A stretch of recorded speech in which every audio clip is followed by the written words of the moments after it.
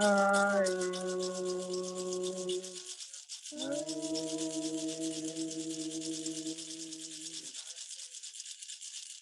brinquedo, fazer uma mídia, dinheiro, maranga, tu, co, quando guarda, de ter quatro, eu uma nasco, quando eu falo, good job.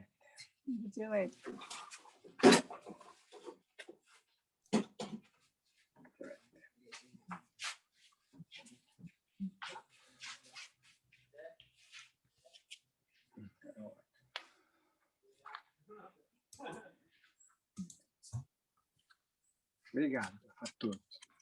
Thank you very much.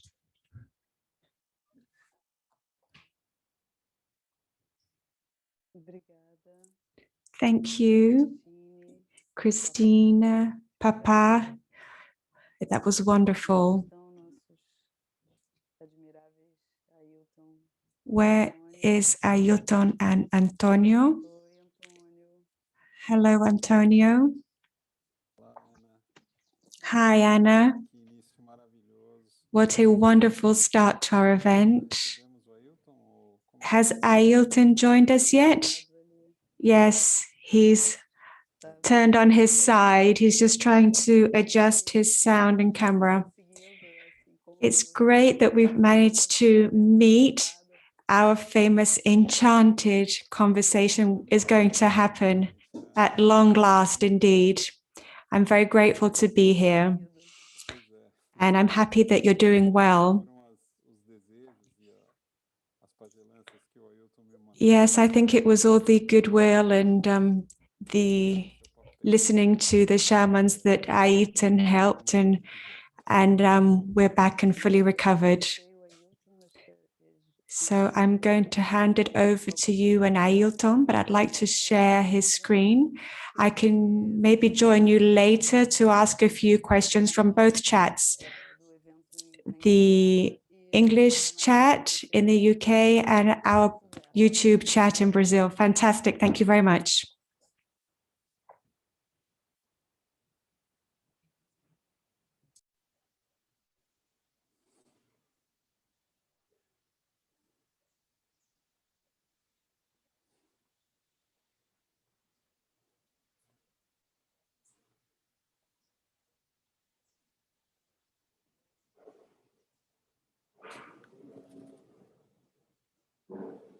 Ailton? Ailton, can you hear us?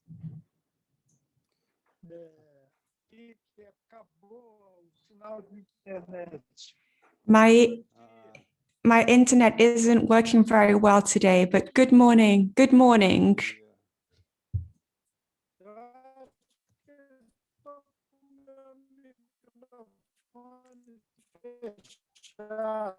We can't hear Ailton.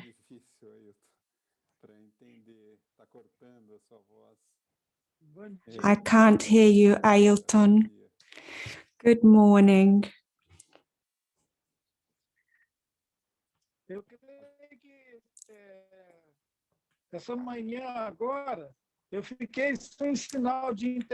This morning, my internet signal went down here at home. So I'm trying to use a different means of... Yes, but you're cutting out. Are you using your mobile phone? That's correct. But my connection is really bad. Good morning. I haven't got enough bandwidth for this call. The bandwidth is really bad. I can hear you perfectly. So if you can open the room, you can start with your speech because I can hear you perfectly. Okay, I'll do that, Ailton. I would like to thank the organizers, Madeleine, everybody in the UK, and thank all of our public who have joined us on the internet and interested in this chat. Because sometimes people can think, what is this chat between a scientist and a shaman, somebody who knows a lot and a philosopher. But we have had other encounters like this, and oh, hi, Ailton, I can see you now. And we've had other opportunities to meet, and they meant a lot to me. So I'd like to welcome you, Ailton. I can see your screen. You're breaking up ever so slightly, but I can see you. So I'd like to kick off by talking a little about the chat that we began yesterday. And it was a surprise to me to try to see how our worlds intersected a while ago. That's the truth. We were very young when it happened, and I watched a recent interview that you gave, and you spoke about how your family was expelled from their land in Minas Gerais and where the family went. And where did he go to? Well, he went to the place where I was born, which is the metropolitan region in the state of São Paulo. And so listening to this opening song, in Yering-du, I don't know how to pronounce it, Yering-du, which means Mata Atlântica, the Atlantic forest, where I spent a part of my childhood in a farm in Budas Artes, which is on the periphery of the São Paulo metropolis. And I would fall asleep with the owls and the crickets. So I had this contact. I didn't have the culture of the land, but I had the contact. So my great-grandfather, Mané Nuzes, he was indigenous. He came from a tribe in Bahia. He married my grandmother, who was Black. And so this was on my father's side. So I have very mixed blood, but you can't see it in my features because the other side is all from Europe. So I have this combination of cultures and mixed race. But what was really interesting to me was to feel this connection with the forest. I didn't have the thing of the fire and the handing down of knowledge from our elders. I was educated through the TV in my culture. And so I don't really know very much about from my parents within my family tree, but I had this inspiration of the forest. And then I learned that Ailton used to frequent the areas near where I grew up. I could actually see it from my farm, the Jariguá, where you spent some time. And the people who live there, the Guaranis, the tribe,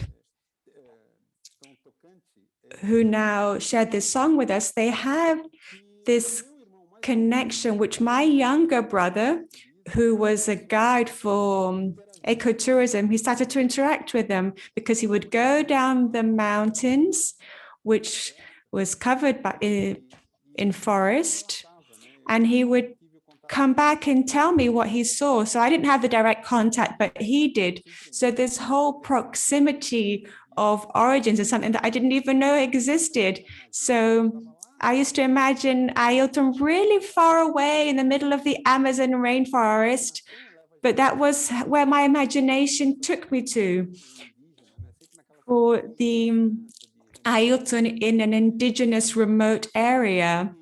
And so I was really surprised to learn that we were physically very close in actual fact. And when I was a teenager, I had this feeling that this wanting to preserve the nature. And I was very much inspired by Lutzenberger, an environmentalist from Rio Grande do Sul, from the south of Brazil. And we fought against the construction of an airport, which is a region in the Mata Atlântica, which would have been destroyed. And that's where I began my activism, which later led me into sciences, into work in the Amazon rainforest. So all of this environment around this largest metropolis in São Paulo, which is more than 22 million people, and this forest of the pristine forest separating us. And I grew up in São Paulo, but I grew up in the forest, although I studied in São Paulo.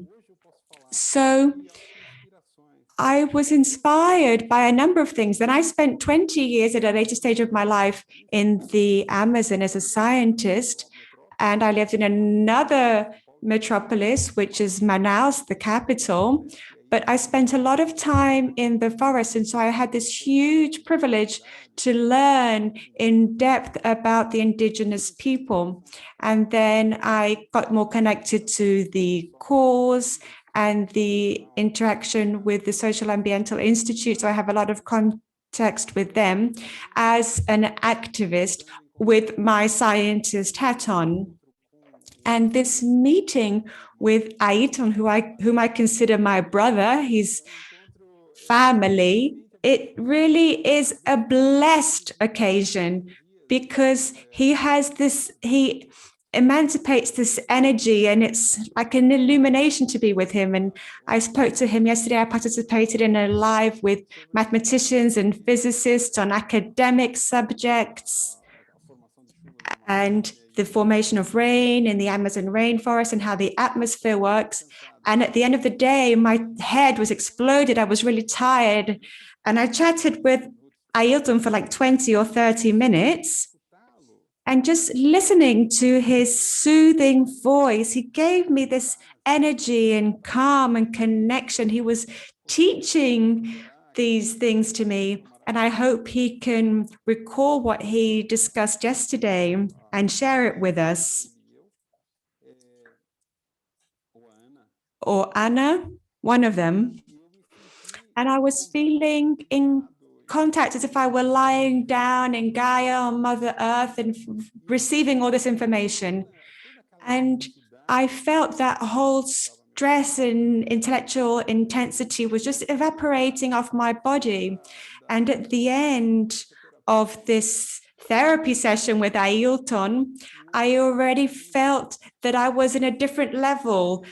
And so this experience that Ailton shares through his philosophy and his poetry and his spiritual side, it's something that I would really like to suggest that he could develop a little bit today in our chat. And perhaps we can touch on the roles of the indigenous tribes in light of the collapse of society. So Ailton's been writing about this and talking about ideas of the end of the world, that the life isn't useful. He has a number of books which have just been published, and they're very popular at the moment. And what the indigenous tribes can share and what they've been able to donate has to be valued. They have a secret, not just to postpone the end of the world, but for our civilization to connect again with nature, which has lost it. Has had a divorce between our society and nature, and this has been severed in people's hearts and bodies and nature. This has been very repressed. So this is the introduction, and I would like to hand over the floor to Ailton, and I think that perhaps we can exchange some really good ideas today with everybody. Ailton, the floor is yours. Good morning, everybody. Good morning, Antonio.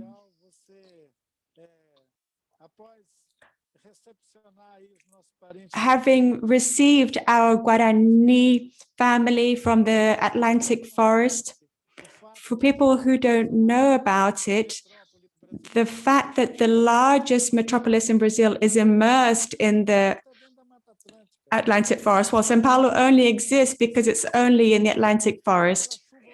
So the wonderful rain and humidity that we can get from the atmosphere, the people in São Paulo used to know that they had a lot of fog. They used to live with this fog. And now where has that fog gone?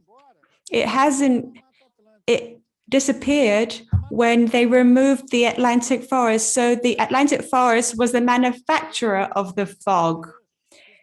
And this is what the song that our Guarani family was sharing with us in the beginning. They were singing to this beautiful forest because this forest creates a wonderful atmosphere. And in the evenings and dawn, it's covered in fog, but it's a healthy fog. It's not dense, unhealthy fog. For the people from my tribe, this was considered medicinal. So in the early hours of the day, the parents would collect that fog in a small jar and then would feed that water to the children because they considered it to be a vaccine. Can you just imagine that? So this metropolis had a vaccine in its atmosphere donated by the Atlantic forest, and they destroyed 93, 95% of this forest coverage.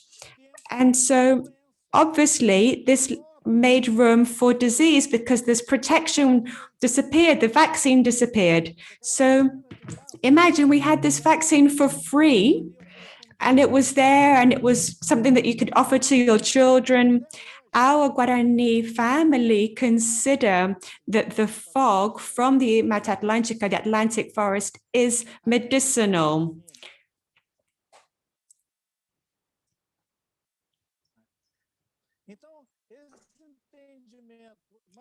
So this wonderful understanding can connect to the flying rivers that float over the Amazon. It's something that you've been sharing, this climate event, which goes from the Andes.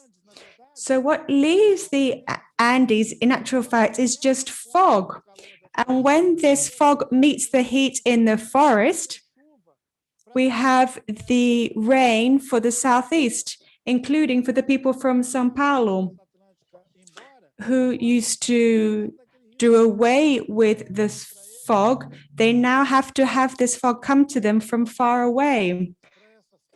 So if we don't wake up to the loss that we've suffered, there will be a point where we won't have any more of this invisible flying river.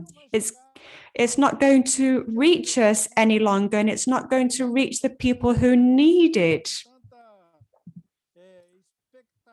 with such expectation.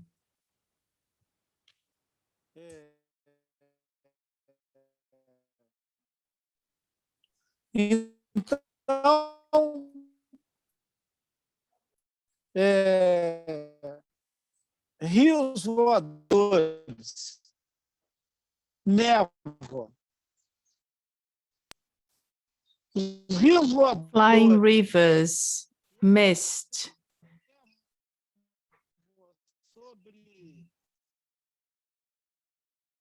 I'm so sorry, the sound is cutting out. I'm sorry, Ailton, your sound is cutting out. Can you hear us? Yes, my video is off. Yes, but your voice is also cutting out.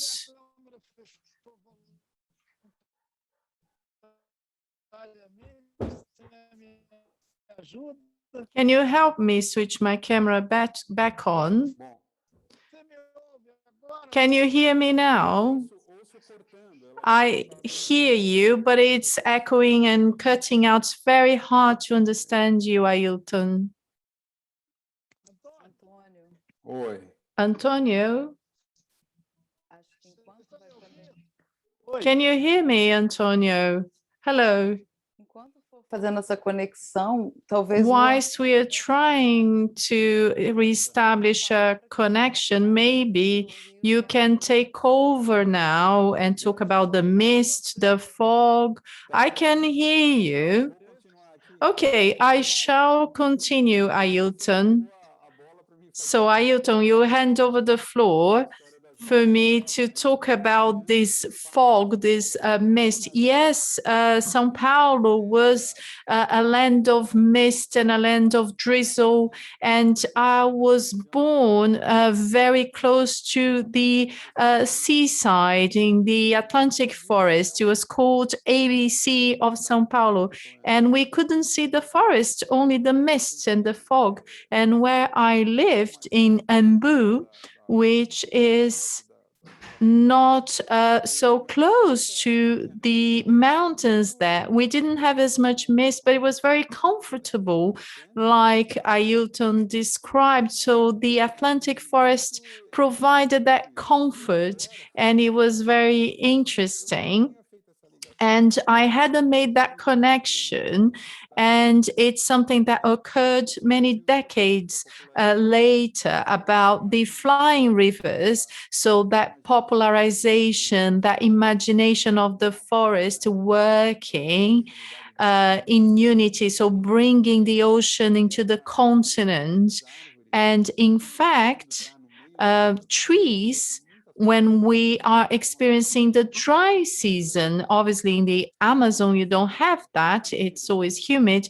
But when you are in the dry season, differently from what you see with a plant, a house plant, the trees in the Amazon, they donate a humidity to the air during the dry season. So they do something that is non-intuitive, and you don't think they're able to do that. But there is, in this donation of humidity through the air, a very key mechanism of generosity in nature. So trees, by doing that, they create enough humidity in the atmosphere to create clouds. And when the condensation occurs, you have this suction effect. And that creates these flying rivers, this flow towards the Atlantic Ocean, towards the continent. So that is very interesting. In nature, you have this collaborative principle, the generosity. So a tree works based upon this principle of generosity. Everything that it offers are services for other beings or the trees in this aerial river, going through this flow that Ailton has just described to us, going via Acre State and the Andes, so this cold air producing these currents through the air, and it is essential for everything to function downstream, I would say. And it's very interesting to draw this comparison from my European origins, because in Europe, there were many forests thousands of years ago. And sorry? I heard something. For this reason, and we can't really talk about this right now, Europeans from Western Europe, they cut the trees without having to pay the price for it. And now we know that Russian forests from Siberia, they play a very important role in this. Que promoviam a umidificação, promoting humidity in Western Europe and Eastern Europe. So what's happening now? In Russia, they cut more trees than anyone else. They are doing that to provide inputs for China to produce paper, and Europe's climate is changing. But 500 years ago, when Europeans came here, they had already cut that forests without having to pay that price for that deforestation, which is desertification. And they arrive here, and many of them arrived through the west, where this beautiful forest was located, and they started cutting trees all over again. It was a devastation. Like Ailton has mentioned, more than 97% of the Atlantic forest has disappeared. And our native tree called Pau Brazil, and it is where Brazil was named after, redwood or Pau Brazil in Portuguese, and now it's the name of our country, Brazil. So there is a very important relationship. So we deforested, we lost that comfort, but we didn't pay the price. Like Western Europeans, we didn't pay that price if there wasn't the Amazon. But in Europe, it was the case of Russia and those forests. And recently it's being deforested. But here for us, it was the Amazon forest. So it really promoted that warm coast. It is when there is someone protecting you. So it's a parallel. So with the flying rivers, it was that protection, that guardian, which was preventing South America from becoming a desert. It is a coincidence. It's a very unfortunate coincidence. Why? Because now when you go to that border, that agricultural border, and you see those who immigrated from the south of Brazil, from Paraná or the states, but there was this influx. So they were Europeans, most of them, the majority of them, they were Europeans. So they had that culture embedded in them. So you can deforest without any consequences. So they started doing that through the south upwards. We had several types of trees. For instance, we had a tree called peroba, especially in Paraná state, and then in Espírito Santo, Bahia, and we had various types of trees like jacaranda trees and other ones. So, and now we have just a little bit left over, and I don't know if anything will be left, to be honest. And when you talk to these people, they have the same mentality, that of the Europeans. So it's the same active mentality. What you mean we have to develop, forests mean a setback, everything it's very delayed. So it comes from that culture.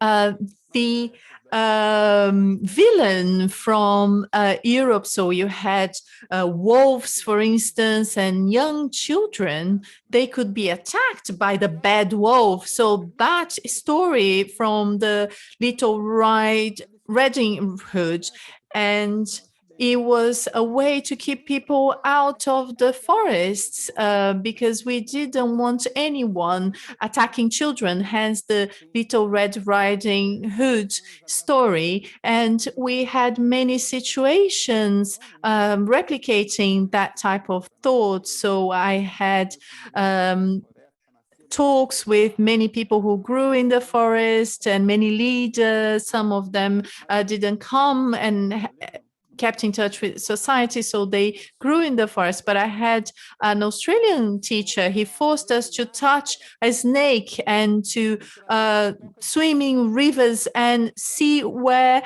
alligators live, because they remain in the water for a long time. And we were very scared because it's something unknown.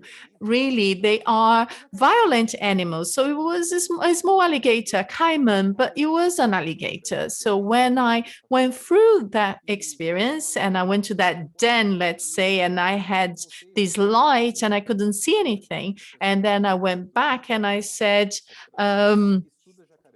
to our lecturer at the time, and he said, no, you have to go through towards the den. And I said, I'm not quite sure if I can really do that. And then I tried again and I was looking, and then all of a sudden I saw those eyes, those pearls, reflecting the light, and the mouth was very close to my cheek. And I thought the alligator was even more scared than I was. And then when the lecturer said, look, they don't open their mouth, you know, they can remain up to 5 hours without breathing underwater. And these experiences, once I've spent the night in the forest and we were studying with our temporary camps, we had hammocks there, and in the evening we could hear all the animals, but we had very large animals as well. We had all these stories about snakes and also about jaguars as well. And you have to be very careful so they don't attack you. So there were many stories. So we've got piranhas as well. They don't really have a good fame, I would say. And throughout the years, many of these stories, they didn't come from the indigenous peoples. They came from the peoples who got established there much longer later. So once they interacted with these people, I realized that I could swim in a river with piranhas and they wouldn't attack me. And I've met a puma as well. So, and we have jaguars and pumas doing that. So I looked at it and I respected their territory. So I just left. I didn't try to interact with the jaguar, but I wanted to hug a spotted jaguar. And I know it's not a very advisable thing to do, but I started loving the forest. So I would walk with sandals because I learned from this teacher that you should feel that place. So when you love something, when you love someone and you're interacting, you have to strip yourself to feel that touch. And these teachings, he was Australian. He wasn't an indigenous person, and he really loved the forests. And I realized that I was developing these sensations, and I have an alert now, an automatic alert, if there is a dangerous animal. So there's something that really alerts me, and then I can see there is a very dangerous snake, surukuku type. And I've always felt that the forest acts like a womb. It's really embracing me. Yes, we have dangerous animals and we have some uncomfortable animals as well. But when you give yourself to Gaia, our sensories get more developed, and you have this capacity to understand venomous animals and understand and develop these skills that indigenous peoples have because they grow in that environment. So nobody say that the forest is really dangerous or something like that. So obviously you have to be careful, and we have to know how to interact with the forest. So I just want to conclude this introduction. And I know we can talk for hours. We can really continue for hours here. And we can really understand and learn. And I had the opportunity to learn a lot more and to absorb this knowledge. And I just wanted to be able to share that with everybody, including rangers and agricultural producers who are there, that they could understand better the forest with this ancestral knowledge. Wonderful. It is very beautiful to hear Antonio reminding us about this experience and this culture, which really taught people all over the world. So this culture of generations hearing and building a narrative about the relationship between human bodies and nature, and whether it is a relationship with the forest or the idea where some animals are enemies. This is just a cultural concept. One builds and learns. So different peoples, they transmit that generation from generation. And many areas in the planet, in different continents, these changes we provoked in the surface of Gaia, in its skin, without forests, that really provokes an event promoted by culture, by memory, millennial memory. Perhaps 2,000 years ago or 3,000 years ago, that culture was formed, showing that we need to protect ourselves in relation to the earth. And that damage provoked by this culture, and which hurt our cultures and was transmitted, needs to be acknowledged. Those beliefs, we need to understand that took place, but understand these beliefs and understand that within culture, we must have a critical view and do not pass that on to our sons and daughters, and not to reproduce that culture in our relationship with each other. And this beautiful body of Gaia needs to be restored in different periods of history. We need to really restore and kill this damage. And the unconditional love of Gaia by us, we are part of it. We are beings living in it because we are inside, not outside. So this is a beautiful experience of a body which self-regenerates. So that understanding of the regenerators of Gaia, and some of our colleagues from biology and who study botany, like Antonio has observed the production of water, that engine replicated by the forest. So each tree belongs to this web, this beautiful web which produces water. Some of our colleagues have observed that there is this large web of Gaia regenerators spread out in the oceans, in the mountains. They are everywhere in every single environment. And as humans, we can't really feel part of those.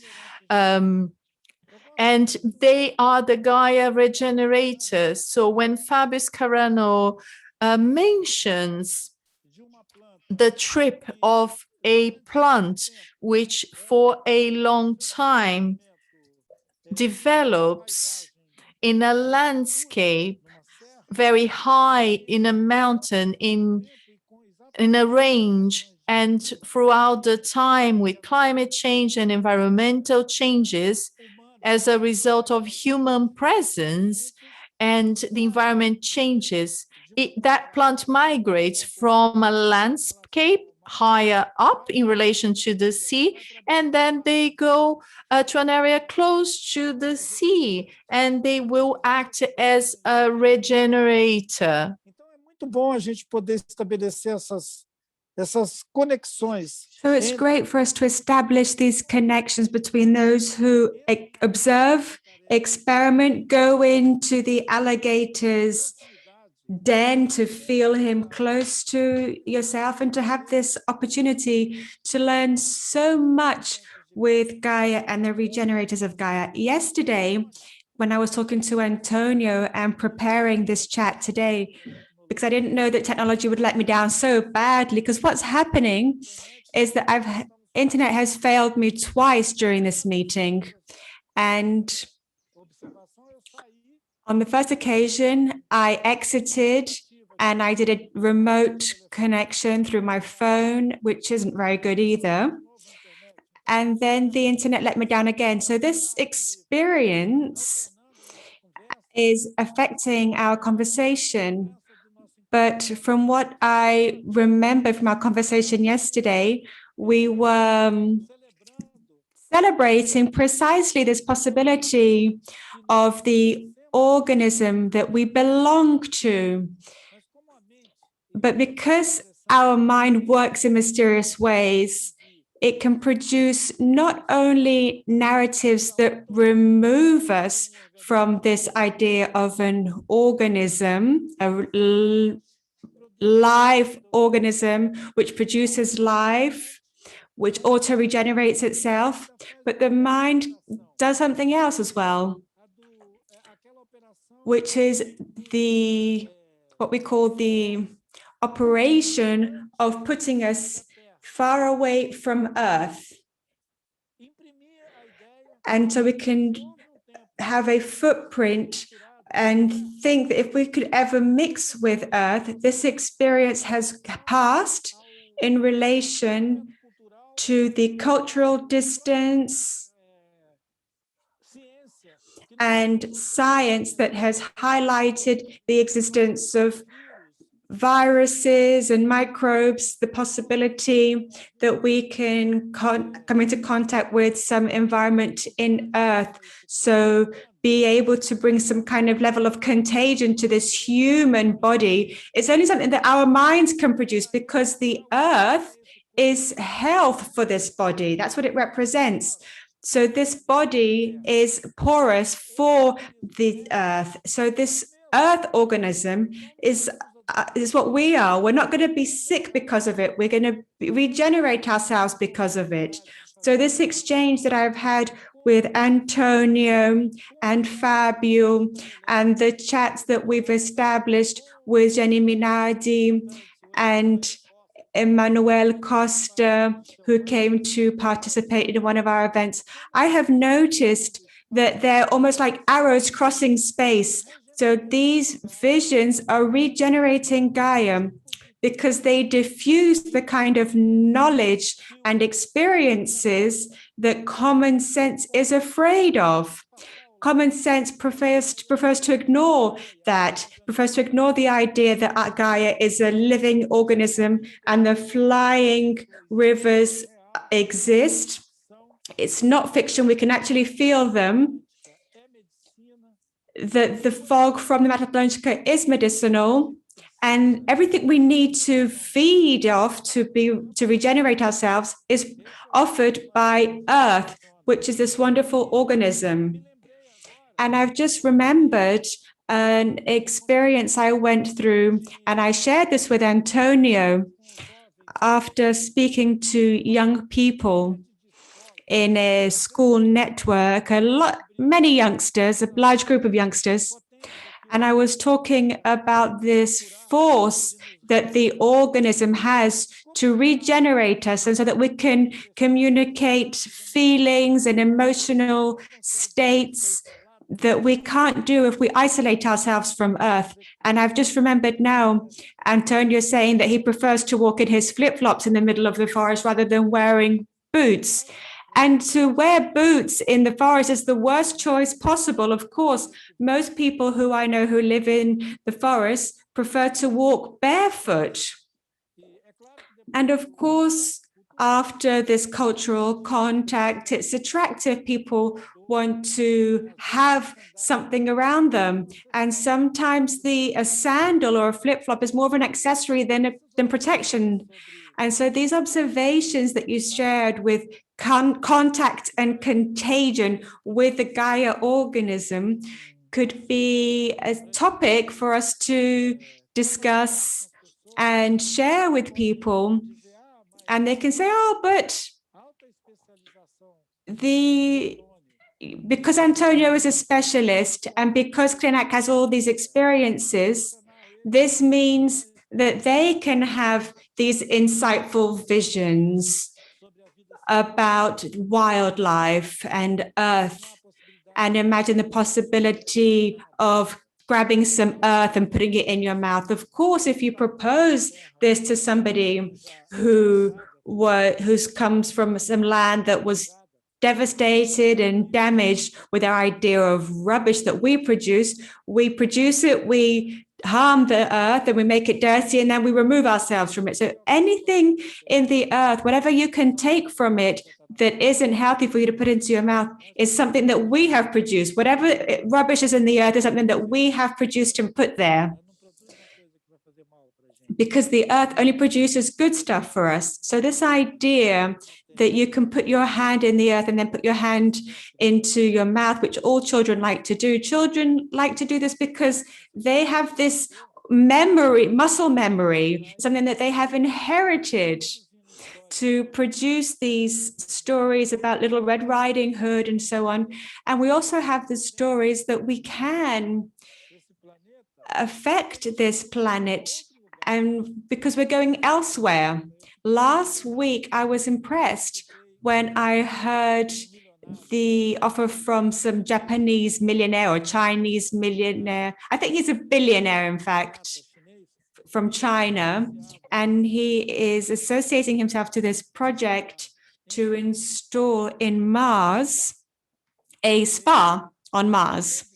He has the design even for this spa in Mars, with equipment that would provide the necessary conditions to welcome guests, and they would spend some time in Mars and have this experience. And so it's something very similar to a spa. He says that the service he offers has a snack bar and a nightclub and a gym.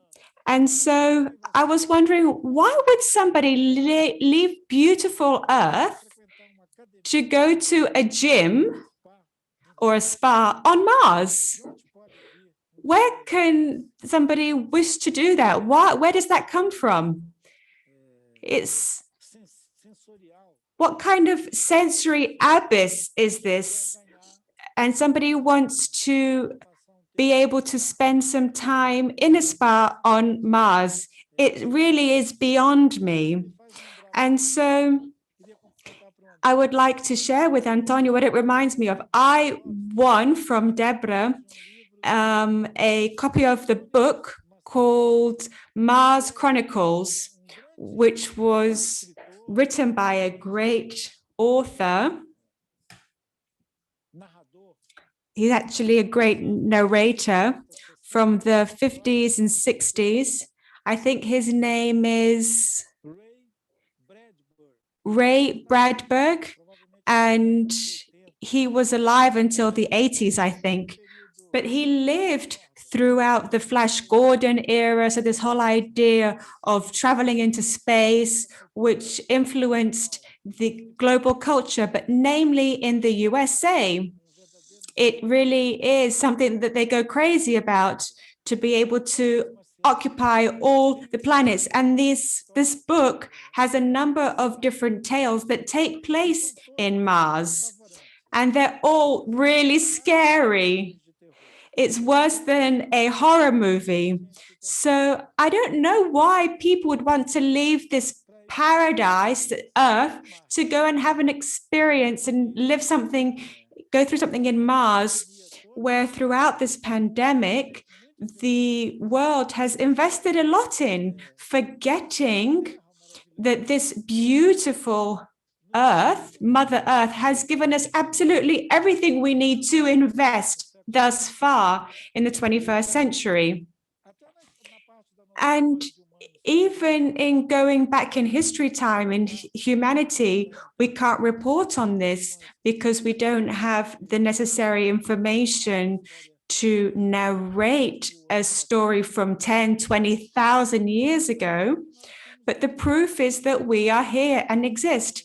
And Gaia welcomed us and put us to sleep, woke us up in the morning, and often with a beautiful blue sky, and in some places with the sea and beautiful waves, and some places with the ice and snow, creating these environments on Earth, which can't even be described because they're so beautiful.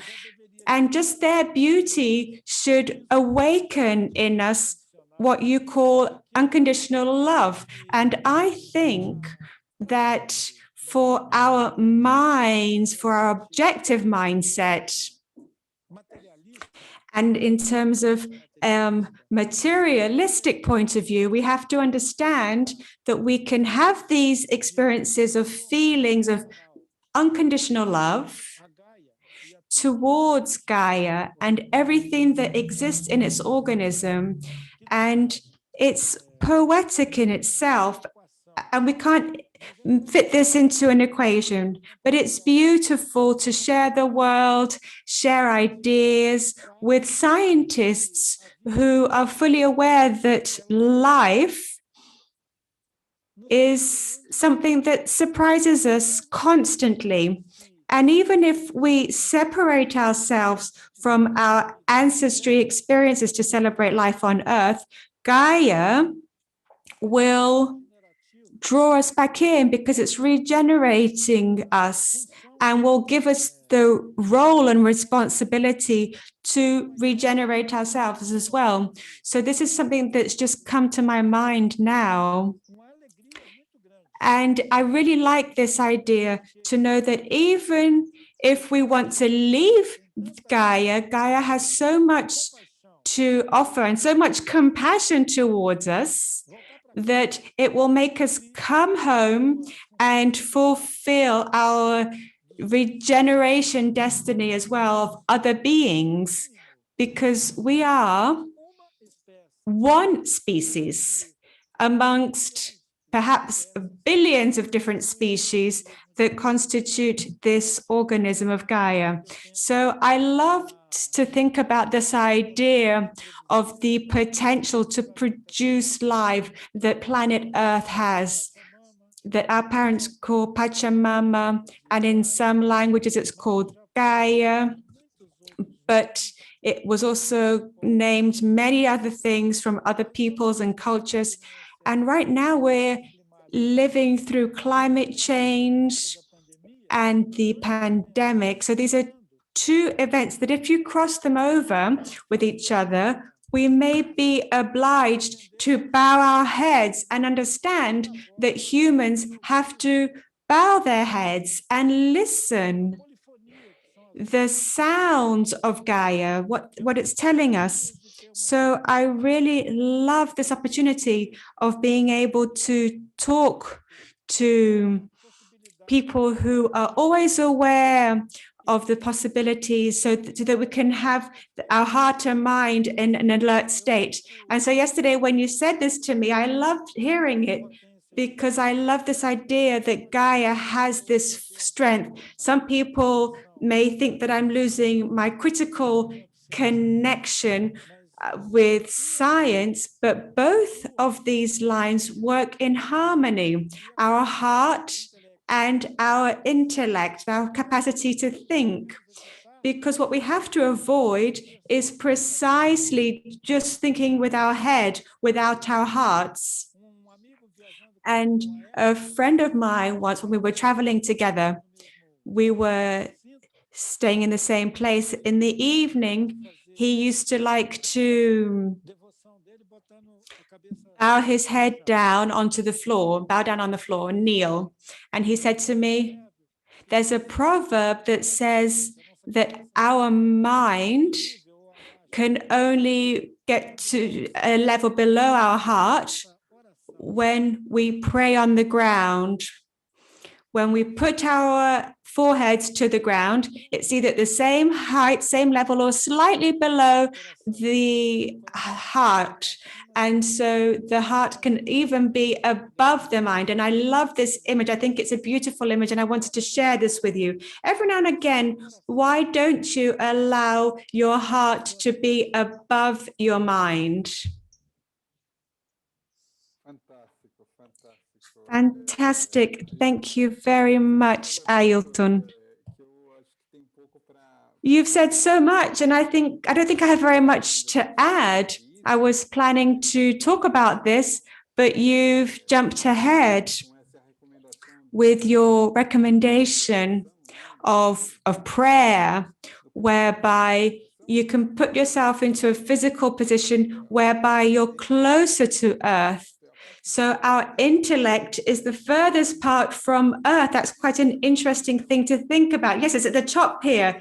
It should be close to the inspiration that comes from above, as if it were like an antenna to capture things. But unfortunately, and I would just like to compliment what you just said and the beautiful imagery you gave us, is that for a long time, I would think about training in an intellectual way, in a very objective way, which is, as a scientist, is what I do. And I've had a number of tests and throughout my career. And if you tend to not have this part very well developed, your intellect very well developed, perhaps you don't pass the test and you're not selected into that scientific community of thinkers. And so thinking about the origin of the connection with Gaia from a child in the Atlantic forest and experiencing that emotional side of things as well, it was very rational and of way of looking at the world. And I realized I wasn't connected very much. So I started to research, why did science affect me? But why does science tend to be materialistic? And that is the story. And going back in time, I realized two very important facts. Firstly, which is what I call is science and technology are the bastard children of the Inquisition, because it didn't come from love, right? It was a feeling of that the person who was responsible for the field of spirituality had this in the Roman Empire from 300, when Constantino created the Catholic Church, and they still speak in Latin. So the Roman Empire continued. And in those centuries, everything that was done against the women and the natives was absolutely awful. It's not even worth me mentioning it. Otherwise, it's going to really affect the energy of our chat today. But that resulted in people to rebel. And that's when the Renaissance happened and the scientific and technological revolution. Francis Bacon and Descartes, to name a few. And the Illuminists who brought this rationality. And so they're going to think, so this was almost like a supernova explosion, because I would reduce something to produce a microscope to look at microbes. So I was able to create a steam engine. And so all of these kinds of inventions were stimulated if it were a snowball. So you do a little bit, and then whatever fills up your ego and the feeling of accomplishment and results and what you can attain, this strengthened this side which divorced itself from spirituality way back when. Exactly. So our mind and our brains got divorced from this. So the first effect was this divorce. So the bastard daughter of the Inquisition, which, because if it exists, it's always existed. So all of the people in China from 5,000 years ago, they were inventing gunpowder and inventing pasta and all sorts of things. And the Arabs and then the Greeks. Dos Andes, todos os povos daqui. And Andean peoples and peoples from Brazil, they had science, but with spirituality. Era todo. It was holistic. So this brutality which occurred in the European continent, it was like a birth by forceps. And it produced also another effect, which I think is very dark, which is this new entrepreneurial initiative from the Inquisition, from the Enlightenment. There was a dogma, which is, if it hasn't been proved, it doesn't exist. So it was an absolute materialism. So what happened with ancestral knowledge? Now this is something related to paganism. So we had an issue with the church or the demons, everything when they are trying to convert indigenous peoples. And in more modern science, they just ignore that. They put that to the side because they would tell an indigenous person, this hasn't been proved, it hasn't been published. So if it's not science, it doesn't exist. So throughout centuries, these effects, so that entrepreneurial initiative trying to expand the world, but with a very narrow-minded view of it, it took that cognitive understanding to be encapsulated within a very small world, and the borders of that world couldn't go towards spirituality because there was something very dangerous. And we lost ancestral knowledge because it hadn't been proved. But recently, I was working with a colleague of mine, and I was analyzing some of this knowledge, and I was comparing to science. And what have I found? A better science, because it really proves what science is trying to show now, especially in relation to what the Yanomamis have told us. So that knowledge, which is now proved by science 5 centuries later, it wasn't protected. So now we can go and make comparisons, everything you just said, Ailton. So we can actually draw comparisons between that knowledge and science. So David was talking to me the other day, and he said, Antonio is like an armadillo. He's really going and digging up, the earth, and it's like a child who's very sincere, and he was being very naive. So what's digging up the earth? You actually open up a hole and create a tunnel, and that vision of the armadillo is very narrow, so it's a protection space, but it's very limited as well. You're digging up, and I was like trying to really find evidence and everything as well. So what I was really thinking was that I was not connecting to my sensorial knowledge. And with science, you have to prove with your tools and trying to really debunk that knowledge, whatever discipline we're talking about. And with your beautiful narrative, I would say that now it is time. We're actually very behind in this work. So setting the time back 500 years and try and repair that damage, that divorce between knowledge and learning and spirituality, which was compromised. And I want to leave a message. I don't want to criticize the Catholic Church, because now the Pope is a person I respect the most. He's amazing.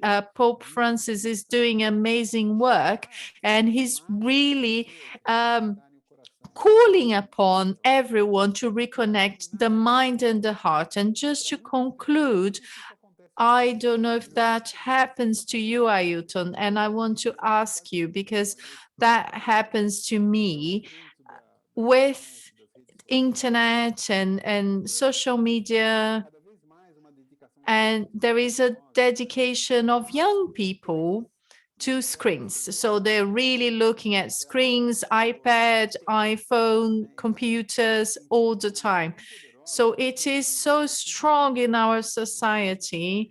And Isa from Xingu Reserve invited me some time ago, and I went with Bento, and we went to hold a course, and I realized that everyone there had a mobile phone. You know, they didn't even have big areas, but they had mobile phones. So now we have more mobile phones in Brazil than people. And that is a reality, and we cannot escape. And I've observed many indigenous cultures who learned decades ago. They are using technology in order to fight for these noble causes, to preserve their cultural heritage. They're shooting films in tribes and in villages, and now we have the internet. So it's a reality, and I realized that, and that happens to me. So I'm paying attention to something. I'm very active and aware in my prefrontal lobe, which is a very small part of my brain. Apparently it's less than 2% of our activity. So I'm focusing on that. I forget to eat, I forget to sleep, I forget to go to the loo. And when my body shouts out, I realize I've forgotten my mother, my body, my Gaia. So it's an atrophy of our intellect, our awareness, and that forgetfulness of forgetting our bodies. Our body is really helping our mind, our intellect with all the nourishment necessary to our cells, our billions of neurons, for our aura, our intellect to operate well from the mother, the body. And most people, and I'm making an effort not to do that, but many people are not aware of these things. And they don't understand that without the body, without this structure with trillions of cells and which is making you exist, they are not aware. We forget to go to the loo. Can you imagine a giraffe, a bear? They don't forget to eat. They don't forget to look after themselves.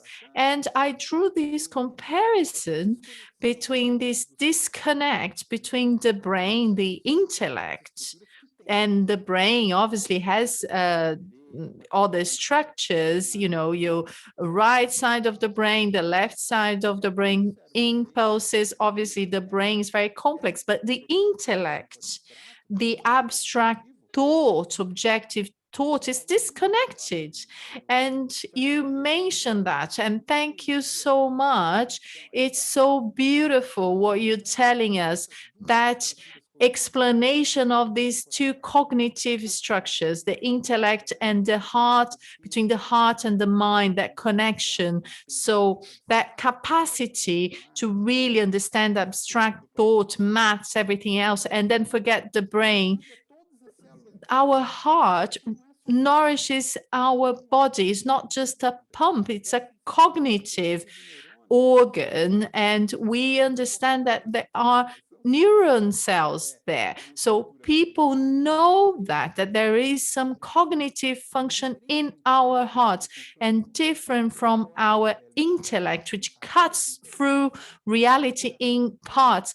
The heart brings everything together. So it's a property of the heart and a skill. It connects everything. So when you speak, and I actually burst into tears in the past, because when Ailton talks to me, I feel that, you know, my brain is very active. I've learned to do that.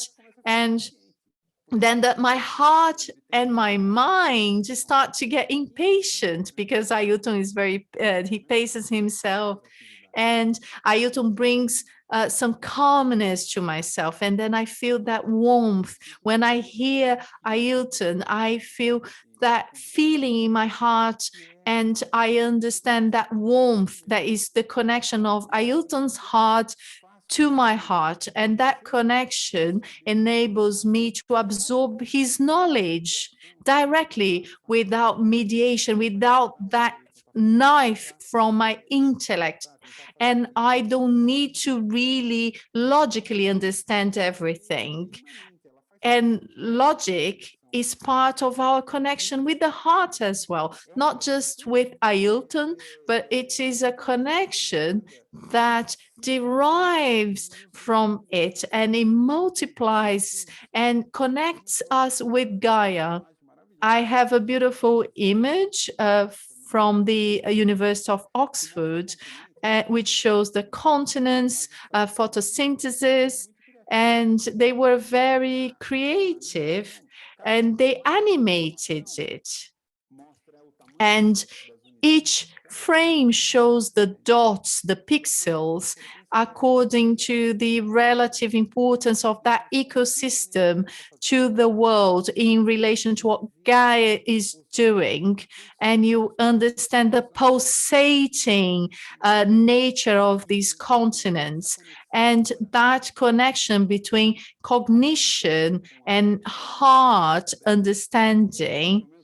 And it helps to really calm down the intellect, like Ailton has suggested to us. So it makes it easier for us to return to Gaia as a society. So just to hand over the floor to Ailton, I just want to go back to the chat we had yesterday.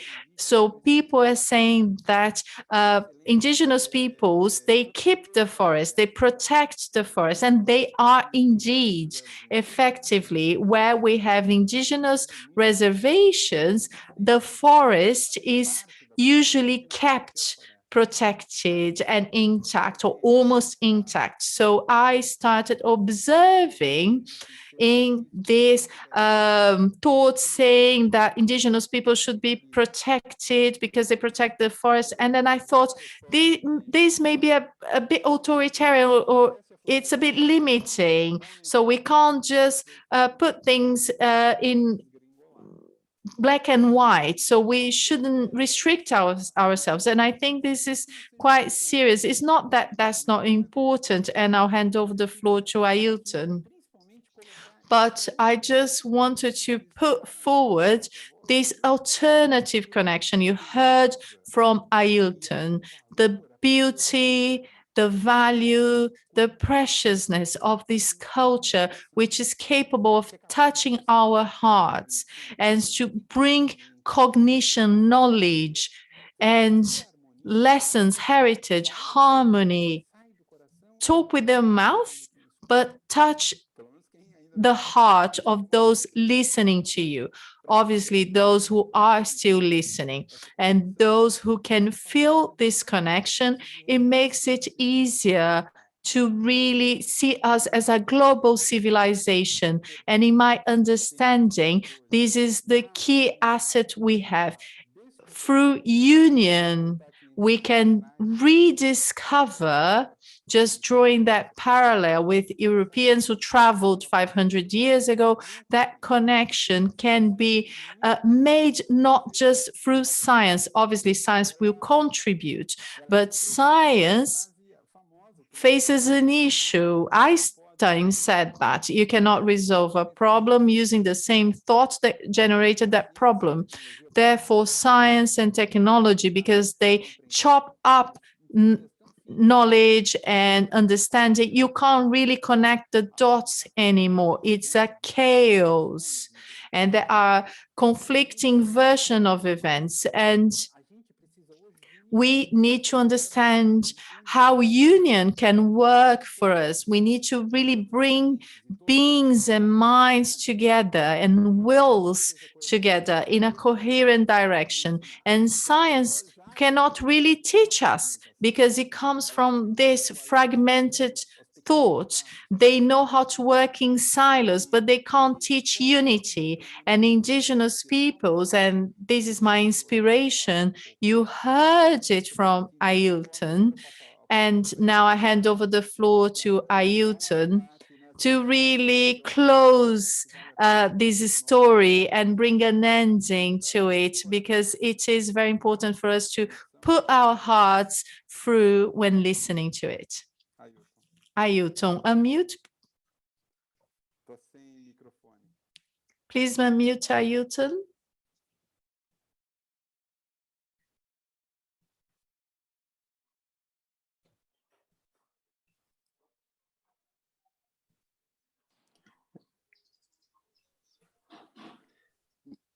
Que ótimo! That was brilliant. Thank you to remind everyone about us, the forest keepers. And at the end of the 80s or the 90s, when social environmentalism has expanded as a global awareness, the idea of forests, the idea of tropical forests, and all these rings around the planet, we have José Luxemburg, who was our first environmental secretary of state, and he was very generous, and he was really telling people, especially conservative people and people from industry, and he was highlighting how important was for indigenous peoples to live in the forest and stay in the forest and exist with the forest.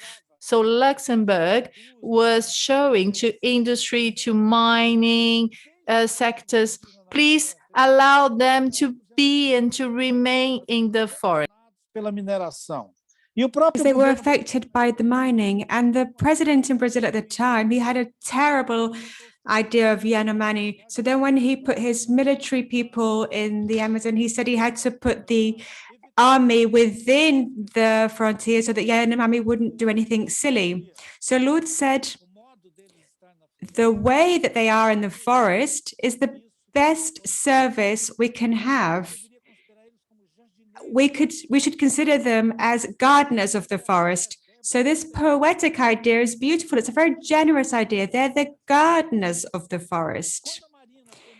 And when Marina was the Minister for the Environment, to a certain degree, she evoked the same feeling. The people of the forest are the gardeners of the forest. It's a way in which you can contact people who are really stubborn and think that people who live in the forest are affecting or getting in the way of the forest or getting in the way of somebody else coming into the forest. So we are the werewolves in this situation. We're the big bad wolf in the Little Red Riding Hood tale. And so this big bad wolf has lots of different interpretations. Firstly, it means that miners can't come into the forest. The miners are afraid of entering the forest with Indians. So get the Indians out of the equation. And then they're sort of, but they're the gardeners of the forest. And later on, our friends from Europe, namely the network that coordinated the Gaia Foundation in Europe, they set up this foundation and they alerted us to this fact that the importance of the environment and that the tribes they've served the environment. And it says, guys, they're the gardeners of the forest.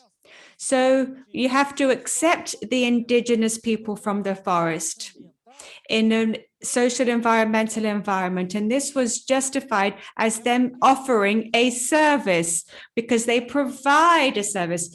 To this date, I can see this tendency, and I'm really patient when I have to deal with it, in the hope that slowly but surely people will understand that it's not to do with the fact that they provide a service that they're useful, because in actual fact, the idea that Gaia, when we forget about our mother body, it's because your body has forgotten about Gaia body.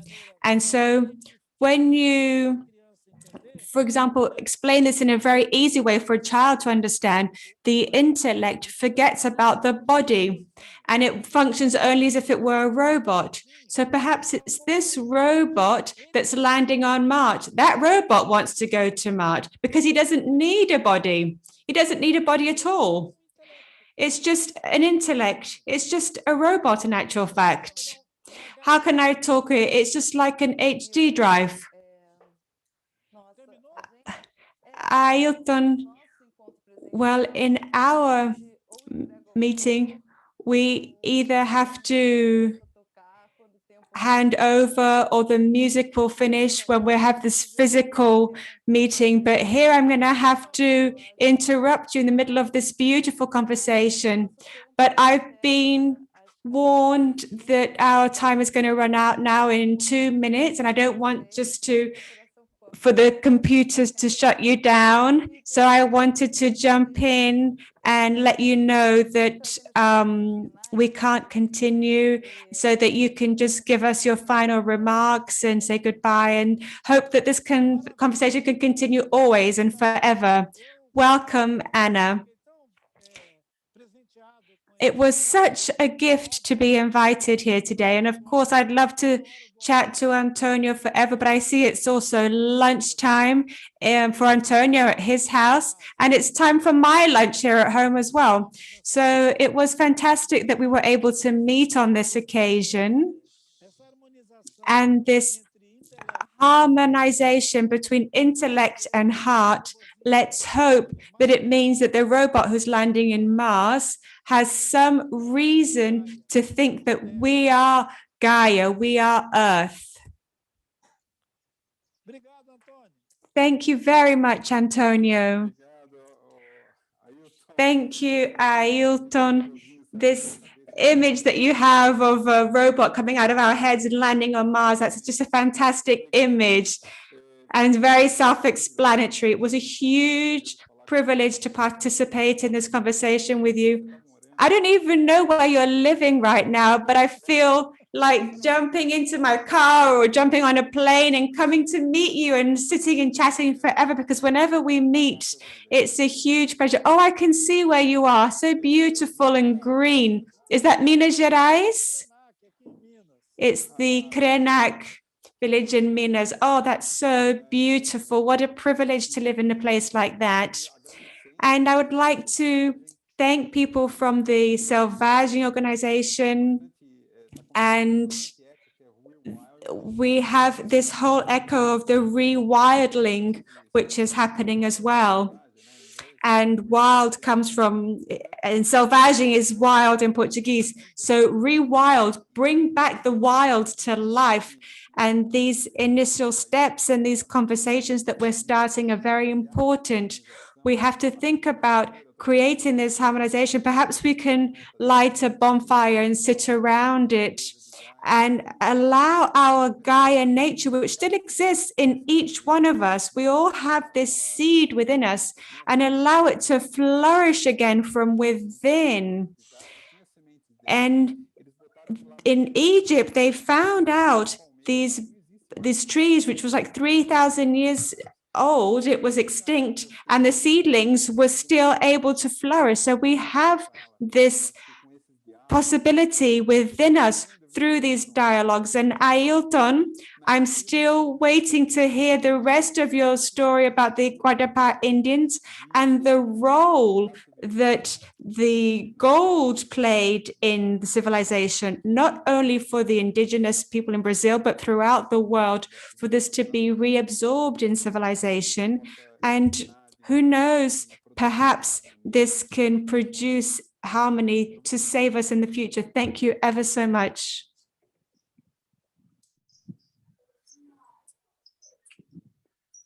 Tchau, tchau para vocês. Tchau, Ana. Tchau, todos Bye, aí. everyone. Goodbye, Anna.